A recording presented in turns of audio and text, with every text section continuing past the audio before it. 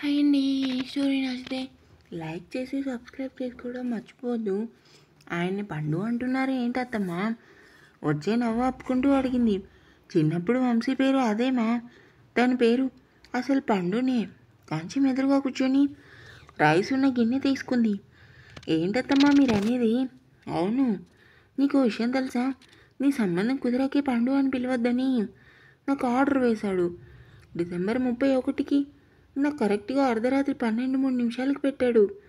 కొత్త సంవత్సరంలోకి అడుగు పెడుతూ వాడు పుట్టడం కూడా ఎంత ఎర్రగా పుట్టాడో అందరినీ వాడిని ఎత్తుకొని ముద్దు చేసేవారు.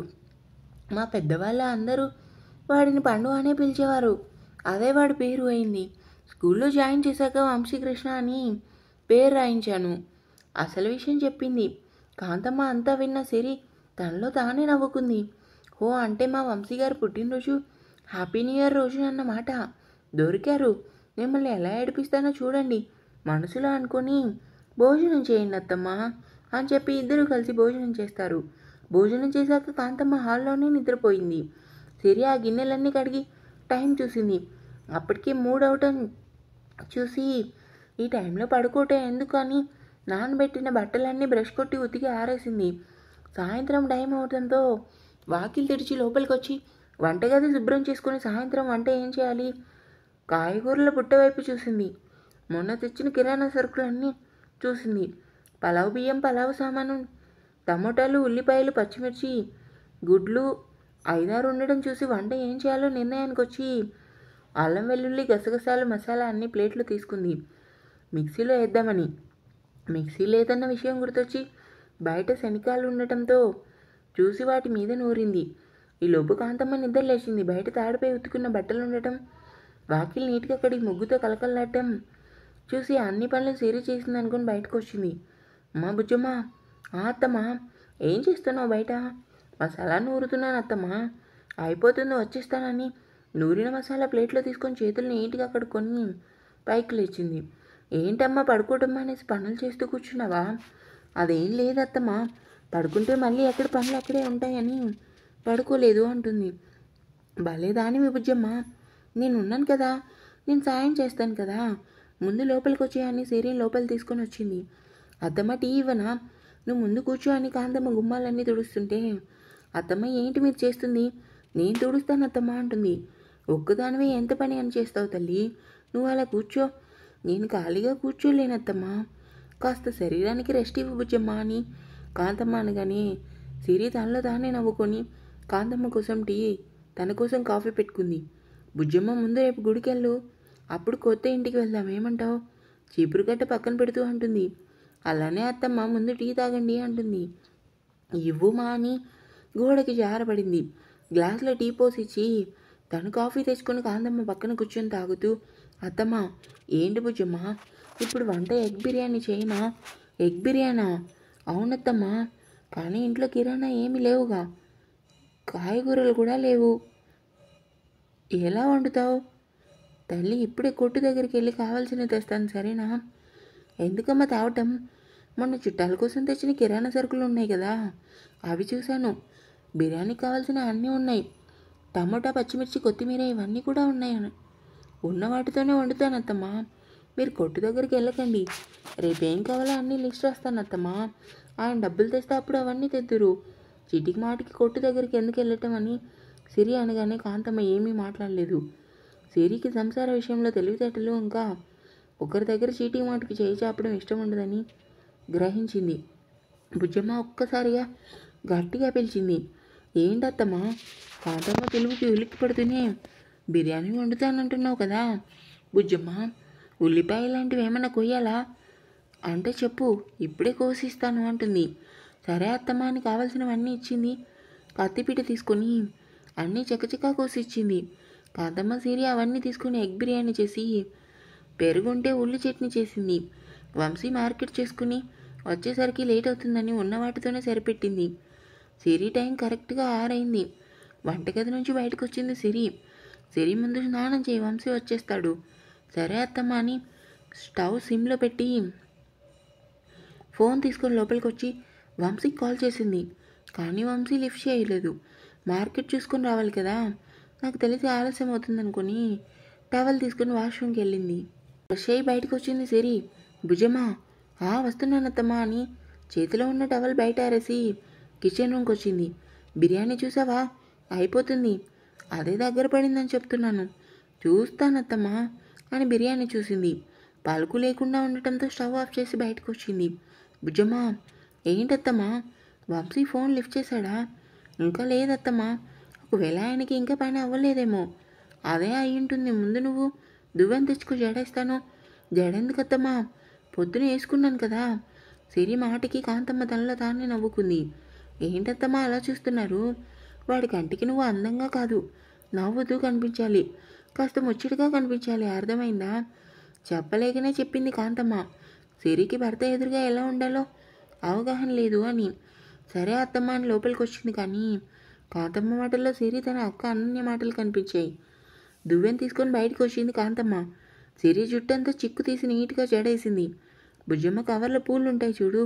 పువ్వులా? కానీ పువ్వులు ఎక్కడివత్తమ్మా? ఆశ్చర్యంగా అడిగింది. నిన్న నీకోసం కొన్నానమ్మా. పక్కింటి లక్ష్మి ఫ్రిడ్జ్లో పెట్టమని ఇచ్చాను. ఇప్పుడే నువ్వు స్నానానికి వెళ్ళావు కదా, లక్ష్మి అక్క తెచ్చిచ్చిందా పెట్టుకో అని తను కొన్న 3 మల్లెలు కనకంబరాలు కలిపి సిరి జడలో పెట్టింది. సిరి నవ్వుతూ లోపలికి వచ్చి నుదుటిన బొట్టు పెట్టుకొని ఫోన్ తీసుకొని వాళ్ళ ఇంటికి ఫోన్ చేసి కాసేపు మాట్లాడి ఫోన్ పక్కన పెట్టేసింది. బయటకు వచ్చి కాంతమ్మ దగ్గరికి వచ్చింది. టీవీ చూద్దామన్నా టీవీ కూడా లేదు. ఒక రకంగా సిరికి బోర్ కొడుతుంది. స్టోరీ రాద్దామన్న అస్తమానం ఫోన్తో ఉంటే కాంతమ్మ ఏమనుకుంటుందో అన్న ఆలోచన ఫోన్ జోలికి వెళ్ళలేదు. కాంతమ్మ మాట కలుపుతూ, అమ్మ బుజ్జమ్మ ఏంటత్తమ్మా? వంశీ నీకు అన్ని విషయాలు చెప్పాడో లేదో నాకు తెలియదు, కానీ వంశీ జీవితంలో ఏం జరిగిందో అన్ని విషయాలు నీకు చెప్తాను. ఎందుకంటే నువ్వు నా కూతురితో సమానం. వంశీకి నీకు మధ్యన ఎటువంటి గొడవలు రాకూడదు. శరణి ఎవరో కాదు, తను మా మేనకోడలు. తనే వంశీని ప్రేమించింది. నిజం చెప్పాలంటే తనంటే ముందు నుంచి నాకు ఇష్టం లేదు. తన పద్ధతి, నడక, మాట తీరు అంతా వేరేగా ఉండేది. వంశీకి మొహం మీద చెప్పాను, శరణ్య నా ఇంటి కోడలు వద్దు అని. కానీ అప్పటికే శరణ్యకు 3వ నెల అని కాంతమ్మ అనగానే సిరి విస్మయంగా చూసింది.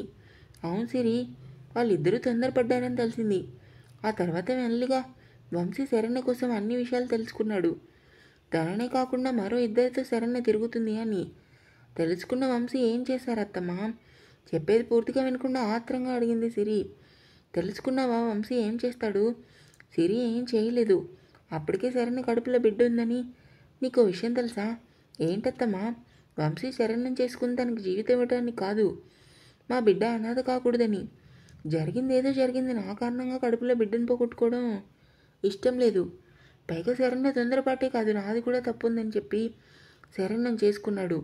అప్పుడు మొదలైంది వంశీకి నరకం అని సిరి వైపు చూసి, పెళ్ళైన 6 నెలలకి వంశీ చాలా డబ్బు సంపాదించాడు. ఎంత లగ్జరీ అంటే శరణ్యకి డ్రెస్ మీద మ్యాచింగ్ చెప్పుల దగ్గర నుంచి చెవి కమ్మల వరకు అన్నీ కొనేవాడు. చివరికి తనని బ్యూటీ పార్లర్ కూడా తీసుకెళ్లేవాడు. వాడు తెచ్చిన డబ్బంతా సోకులకు తగిలేసి కానీ ₹1 కూడా దాయలేదు. ఆ టైంలోనే వంశీకి చాలా కాంట్రాక్టులు వచ్చాయి. పని దగ్గర ఉక్కిరి బిక్కిరిగా ఉండేది. ఉదయం అనగా వెళ్ళేవాడు, సాయంత్రం ఎప్పుడో వచ్చేవాడు. వాడికి కనీసం వంట కూడా చేసేది కాదు. వంటలో బాగాలేదని వాడికి ఫోన్ చేసి హోటల్ భోజనం రప్పించేది. అంతలా తనని ప్రేమగా చూసుకునేవాడు. అలా రోజులు గడిచే కొద్దీ శరణ్య వేరే వాళ్ళతో సంబంధం పెట్టుకుంది అని జరిగిన విషయం అంతా చెప్పగానే అంతా విన్న సిరికి నోటి మాట రాలేదు. వంశీ మంచితనం విని బాధపడింది. మరీ అంత మంచితనం ఎందుకు ఆయనకి అని తనలో తానే కోప్పడింది. జరిగిన విషయాలన్నీ కాంతమ్మ చెప్పేసరికి సిరికి నోట మాట రాలేదు. అదమ్మా జరిగింది. వాడు నీకు ఎంతవరకు చెప్పాడో లేదో నాకు తెలీదు. తెలిసినంతవరకు నీకు చెప్పాను. వంశీ ఇప్పుడు అంటే అలా ఉన్నాడు, కానీ కోప్పడకు. నిజంగానే ఎంతో ఎర్రగా బుర్రగా ఉండేవాడు. మా ఈ గొడవలకి నలుగులాటికి వాడు ఇలా సన్నపడ్డాడని సిరి వైపు చూసి, సిరి వంశీని బాగా చూసుకుంటావు కదా నువ్వు? ఎంతో ఆశగా అడిగింది కాంతమ్మ. ఎందుకో ఆ మాటకి సిరి కంట్లో చిరుతడి అలముకుంది. అదేంటత్తమ్మా అలా అడుగుతారు? ఆయన్ని నేను బాగా చూసుకుంటాను. మీరు ఎటువంటి భయాలు దిగులు పెట్టుకోకండి హామీ ఇచ్చింది సిరి. బైక్ సౌండ్ వినిపించడంతో కాంతమ్మ సిరి గేట్ వైపు చూశారు.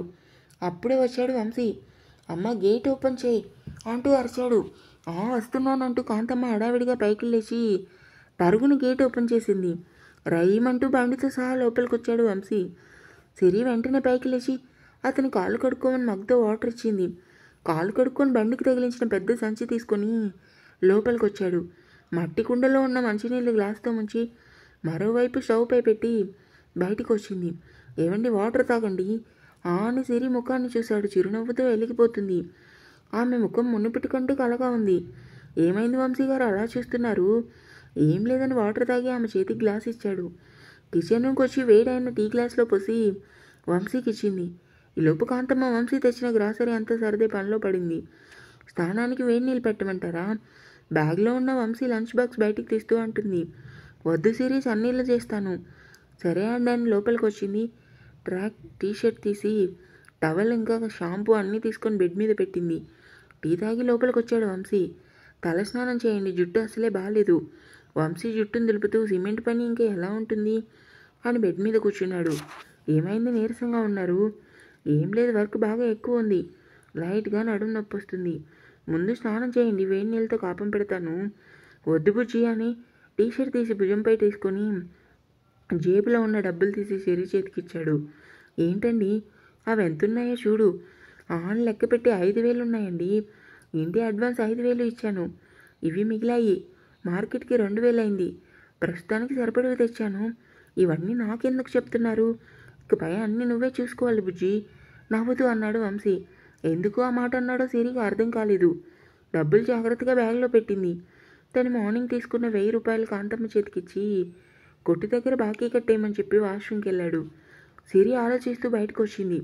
బాగానే ఇచ్చాడు కొడుకు 1,000 రూపాయలు. ఇచ్చేస్తే వాడు గొడవ వదిలిపోతుందనుకొని మార్కెట్ అంతా సర్ది కొట్టు దగ్గర బాకీ కట్టడానికి వెళ్ళింది. సిరి ఆలోచిస్తూ హాల్లో చాపర్చి భోజనం ఏర్పాట్లు చేసింది.